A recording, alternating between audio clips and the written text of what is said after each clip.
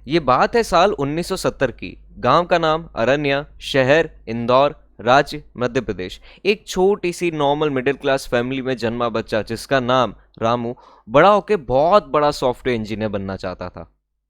लेकिन ना ही इसके गांव में इतना पढ़ने और पढ़ाने का चलन था और ना ही इसके घर वाले इतने सक्षम थे कि इसको बाहर भेजकर उच्च शिक्षा प्रदान की जाए। तो इसका हुआ क्या, ये रुका नहीं, मेहनत करता गया और इसके घर वाले, कुछ रिश्तेदार और गवर्नमेंट की स्कॉलरशिप की मदद से एक दिन इसका सिलेक्शन होता है कर्नाटका की बहुत बड़ी मणिपाल यूनिवर्सिटी में।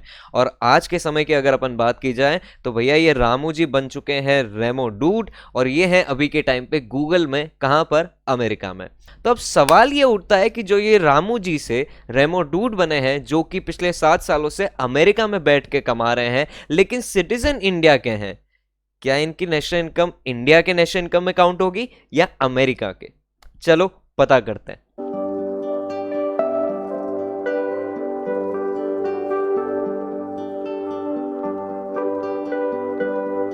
हेलो एवरीवन, मेरा नाम है ध्रुव शर्मा और आप सभी देख रहे हैं इकोनॉमिक्स की वीकेंड पाठशाला। अपन ने लास्ट क्लास में पढ़ लिया था नेशनल इनकम का मतलब। नेशनल इनकम क्या होती है भैया? ये होती है तुम्हारी सम टोटल किसकी? फैक्टर इनकम की। दो टाइप की इनकम अपन ने पढ़ी थी, फैक्टर इनकम और ट्रांसफर इनकम, जिसमें से अपन सिर्फ फैक्टर इनकम का सम टोटल निकालते हैं। क्यों? क्योंकि ट्रांसफर इनकम बेसिकली इनकम होती नहीं है, वो वन साइडेड होती है, क्योंकि उसके अगेंस्ट में कोई भी गुड या सर्विस जनरेट नहीं होती, इसलिए उसको अपन नेशनल इनकम के एस्टिमेशन में काउंट नहीं करते।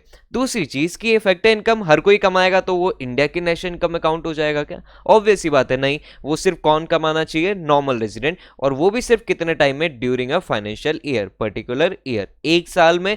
फाइनेंशियल ईयर या अकाउंटिंग ईयर जो कि कब से स्टार्ट होता है सबको पता है, 1 अप्रैल से लेकर 31 मार्च तक। अब सवाल ये उठता है कि ये नॉर्मल रेजिडेंट क्या होता है? तुमने ये वर्ड बहुत बार सुना होगा, NRI, non resident of India. तो अब अपन यही जानते हैं कि भैया नॉर्मल रेजिडेंट कौन होता है और नॉन रेजिडेंट ऑफ इंडिया कौन होता है। सबसे पहली चीज, नॉर्मल रेजिडेंट का नॉर्मल मीनिंग अपन ने पढ़ लिया था, जिसके लिए दो चीजें होना आवश्यक है। पहली चीज कि भैया वो 1 साल से ज्यादा सेम कंट्री में रहना चाहिए। दूसरी चीज, उसका इकोनॉमिक इंटरेस्ट भी उसी कंट्री में होना चाहिए जिसमें वो रह रहा है। अब इकोनॉमिक इंटरेस्ट का मतलब क्या होता है कि भैया वो कंजम्पशन करना चाहिए, इन्वेस्टमेंट करना चाहिए या प्रोडक्शन करना चाहिए, वो भी सिग्निफिकेंट स्केल पर।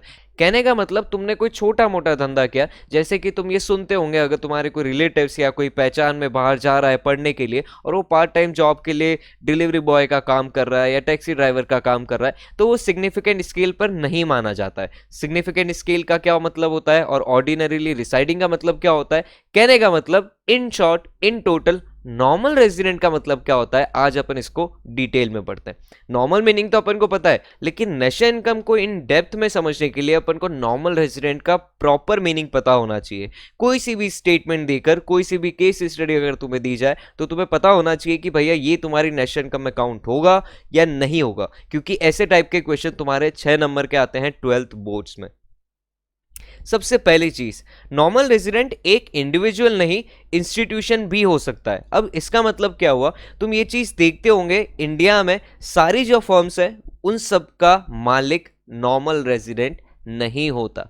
कहने का मतलब क्या हुआ? रिलायंस इंडिया में है, मालिक कौन है? इंडियन। टाटा इंडियन कंपनी है क्योंकि उसका मालिक कौन है? इंडियन। अभी अमेजन आई, अमेजन ने हैदराबाद में अपना सेटअप करा, ऑफिस सेटअप करा, सब कुछ बढ़िया चल रहा है। खबर चल रही है कि भैया टेस्ला भी आएगी, तो ये इंडियन कंपनी है क्या? नहीं, ये नॉन इंडियन कंपनी है। इसीलिए अपन ये बोलते हैं कि नॉर्मल रेजिडेंट एक इंडिविजुअल भी हो सकता है और एक इंस्टीट्यूशन भी हो सकता है। सरल भाषा में अगर मैं तुम्हें समझाऊं तो कहने का मतलब ये हुआ कि भैया जो इनकम रिलायंस की है वो इनकम अंबानी की नहीं होती, वो पूरी की पूरी इनकम अंबानी की नहीं होती। बहुत सारा पार्ट तुम्हारा डिविडेंड में जाता है, टैक्स में जाता है और भी बहुत सारी चीज़ों में। एक इंस्टीट्यूशन की इनकम और एक इंडिविजुअल की इनकम हमेशा अलग अलग होती है, ठीक है। दूसरी चीज, अभी जो मैंने तुम्हें एग्जाम्पल दिया था रामू और रेमो डूड का, तो भैया उसमें यही एग्जाम्पल था। अपन क्या समझने की कोशिश कर रहे थे उसमें कि तुम नॉर्मल रेजिडेंट किसी और कंट्री के और सिटीजन किसी और कंट्री के हो सकते हो। बहुत सिंपल है, बहुत नॉर्मल है, ये कोई बड़ी बात नहीं है। अब ऐसा कैसे हो सकता है? सीधी सी बात है, जिन लोगों को अपन NRI बोलते हैं वो यही होते हैं कि वो इंडिया के सिटीजन तो हैं लेकिन इंडिया के नॉर्मल रेजिडेंट नहीं है। क्यों नहीं है? क्योंकि उनको इंडिया छोड़े हुए एक से ज्यादा टाइम हो गया है, और जिस कंट्री में अभी वो हैं वहां पे काम जरूर कर रहे हैं, लेकिन वहां की सिटीजनशिप उन्होंने नहीं ली है। अब सिटीजनशिप कैसे बनती है, या एक इंसान सिटीजन कब कहलाता है? नॉर्मल रेजिडेंट पे अपन अभी और आएंगे, लेकिन सिटीजन का मतलब क्या होता है? सिंपल है, सिटीजन वो इंसान कहलाता है जिस कंट्री में तुमने जहां पर जन्म लिया। तुम इंडिया के सिटीजन हो बाय बर्थ, सिंपल। हर इंसान बाय बर्थ उस कंट्री का सिटीजन होता है। अगर किसी इंसान को किसी और कंट्री की सिटीजनशिप चाहिए तो ये अलग अलग कंट्रीज का अलग अलग क्राइटेरिया होता है। जैसे यूएसए ने अभी अपनी सिटीजनशिप में बहुत सारे चेंजेस करे, और उसी की वजह से बहुत सारे इंडियंस को प्रॉब्लम हुई है। क्यों? क्योंकि सबको पता है भैया, इंडिया की जो जनसंख्या है वो पूरी दुनिया में थोड़ी थोड़ी थोड़ी थोड़ी करके फैली हुई है। और यूएसए का जो वीजा था, जो वीजा पॉलिसी थी, वो पहले बहुत सिंपल हुआ करती थी। भाई साहब, अपने ट्रम्प भाई साहब जब से आए हैं उन्होंने थोड़ी सी टिपिकल करी, फिर वापस से अभी जो आए हैं उन्होंने वापस से सिंपल कर दी। तो खैर छोड़ो उन बात को, वापस से इस पे आ जाते हैं। तो 2 पॉइंट्स मैंने तुम्हें बताया अभी तक। क्या? सबसे पहला कि नॉर्मल रेजिडेंट एक इंडिविजुअल भी हो सकता है और एक इंस्टीट्यूशन भी हो सकता है। अकाउंट्स वालों को ये चीज सिंपल सी है, पता होगी। बिजनेस और बिजनेसमैन 2 अलग अलग एंटिटीज होती है, इसलिए। दूसरा, तुम नॉर्मल रेजिडेंट किसी और कंट्री का और सिटीजन किसी और कंट्री का हो सकते हो। सिटीजनशिप से तुम्हें बहुत सारी फैसिलिटी मिलती है, जैसे तुम वोट कर सकते हो या एक्सेट्रा एक्सेट्रा, ठीक है? वो चीज नॉर्मल रेजिडेंट को नहीं मिलती। नॉर्मल रेजिडेंट सिर्फ एक इकोनॉमिक टर्म है जो सिर्फ काउंट करता है कि उसके कंट्री के नॉर्मल रेजिडेंट लोगों ने कितना पैसा कमाया है। इसका लॉ एंड ऑर्डर से कोई मतलब नहीं है, कोई वास्ता नहीं है। सिर्फ इसका मतलब है उसका जीडीपी में, यानी कि उसकी नेशनल इनकम में, और किसी में भी नहीं, ठीक है? अब अपन नॉर्मल रेजिडेंट का दूसरा पहलू समझने की कोशिश करते हैं कि कौन कौन सी चीजें इंक्लूड नहीं होती। सरल भाषा में याद रखना, नॉर्मल रेजिडेंट का मतलब क्या होता है? नॉर्मल रेजिडेंट हर वो इंसान है जो किसी देश में अपनी इच्छा से गया है पैसे कमाने के लिए, और उसको हो गया है 1 साल से ऊपर। वापस से रिपीट कर रहा हूं, नॉर्मल रेजिडेंट हर वो इंसान है जो पैसे कमाने गया है किसी और देश में अपनी इच्छा से, और उसको 1 साल से ऊपर का टाइम हो चुका है। अपनी इच्छा से, याद रखना। तो इसलिए जब मैं ये बोल रहा हूं कि अपनी इच्छा से कोई गया है, तो अगर तुम सरकार की तरफ से जाते हो तो तुम नॉर्मल रेजिडेंट कहलाओगे क्या? जैसे अपन देखते हैं कि minister, prime minister, chief minister, अलग अलग मिनिस्ट्री के लोग हर कहीं ट्रैवल करते रहते हैं, दूसरी दूसरी कंट्रीज में ट्रैवल करते रहते हैं। ये तो भला हो कोरोना का, मतलब भला नहीं हो, कहने का मतलब कि उनके अभी बिजनेस ट्रिप्स या so called official trips cancel हो चुके हैं या पोस्टपोन्ड हो चुके हैं, ठीक है? लेकिन जब वो बाहर जाते हैं तो क्या उस कंट्री के नॉर्मल रेजिडेंट कहलाते हैं? नहीं। अगर अपने प्राइम मिनिस्टर साहब इंडिया को छोड़कर किसी और कंट्री में रहें 1 साल से ज्यादा भी, किसके लिए? ऑफिशियल मीटिंग के नाम पर या ऑफिशियल काम के नाम पर, तब भी यूं तो नहीं होगा ना कि वो इंडिया के नहीं यूएस के नॉर्मल रेजिडेंट हो गए। सीधी सी बात है ना। तो वो इंसान इंडिया का ही नॉर्मल रेजिडेंट कहलाएगा। कब तक? जब तक कि वो ऑफिशियल काम से गया है, यानी कि सरकार की तरफ से गया है। ठीक बात है।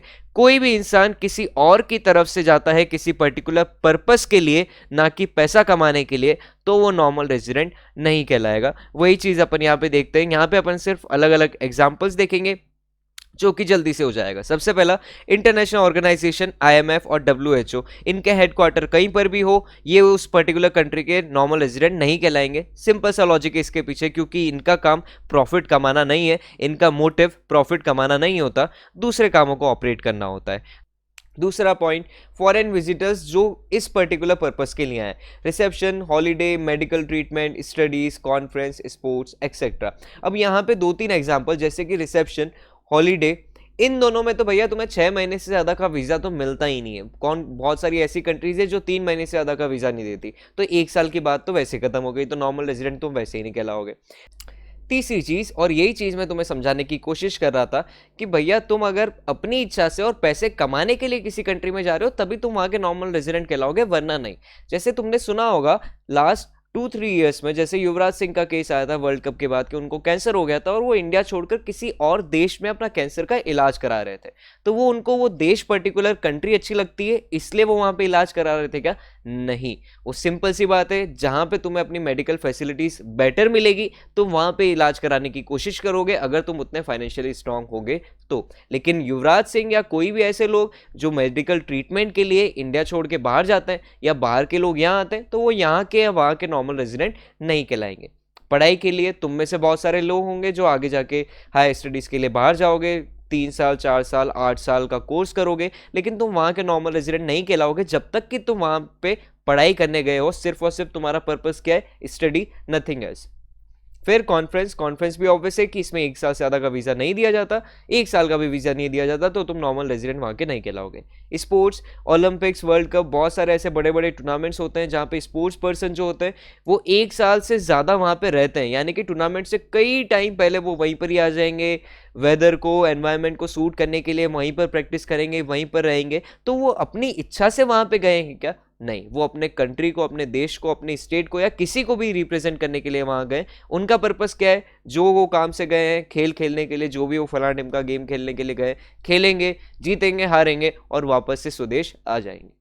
ठीक है, तो ये सारे लोग, जिनमें से आधे से ज़्यादा लोगों को तो 1 साल तक का वीज़ा मिलता ही नहीं है, या फिर जिनको मिलता है तो उनका पर्पस कोई और होता है, ना कि प्रॉफिट कमाना। ठीक है, वैसे ही क्रू मेंबर्स फॉरेन वेसल्स के, तुम देखते हो इंटरनेशनल फ्लाइट्स बाहर से यहाँ आती है, यहाँ से बाहर जाती है। बार बार ये चीज़ रिपीट कर रहा हूँ कि आधे से ज़्यादा एग्जाम्पल में तुम ये चीज़ देखोगे कि 1 साल से ज़्यादा का वीज़ा तुम्हें मिलता ही नहीं है। तो फॉरेन वेसल्स में जो लोग काम करते हैं, यानी कि फ्लाइट्स में या शिप में जो लोग काम करते हैं, क्रू मेंबर्स जो वहाँ के होते हैं, तो वो एक कंट्री से दूसरी कंट्री जाते रहते हैं। तो वो ऐसा तो है नहीं कि भैया तुम इंग्लैंड के नॉर्मल रेजिडेंट हो और 2 घंटे के लिए तुम इंडिया के हो जाओगे।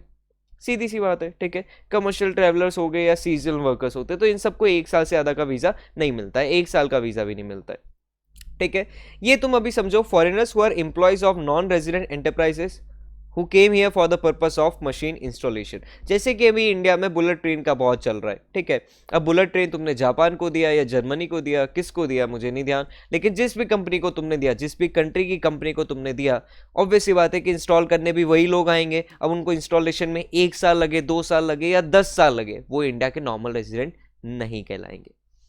वैसे ही बॉर्डर वर्कर्स, यानी कि तुम्हारे सोल्जर्स, तुम्हारे ऑफिशियल्स, जो अपन ने पहले बात कर ली थी कि तुम किसी पर्टिकुलर पर्पस से गए हो, तुम गवर्नमेंट को रिप्रेजेंट कर रहे हो या किसी कंपनी को रिप्रेजेंट कर रहे हो और वो काम करने गए हो और वो काम करके वापस से आ जाओगे, तब तुम उस कंट्री के नॉर्मल रेजिडेंट नहीं कहलाओगे। ठीक है, आई होप सबको समझ में आ गया होगा नेशनल इनकम क्या होता है और नॉर्मल रेजिडेंट क्या होता है। अगले हफ्ते अपन फिर मिलेंगे इकोनॉमिक्स के किसी टफ टॉपिक के साथ, जिसको अपन समझने की कोशिश करेंगे आसान भाषा में, इकोनॉमिक्स की वीकेंड पाठशाला में। तब तक अपना ध्यान रखिएगा।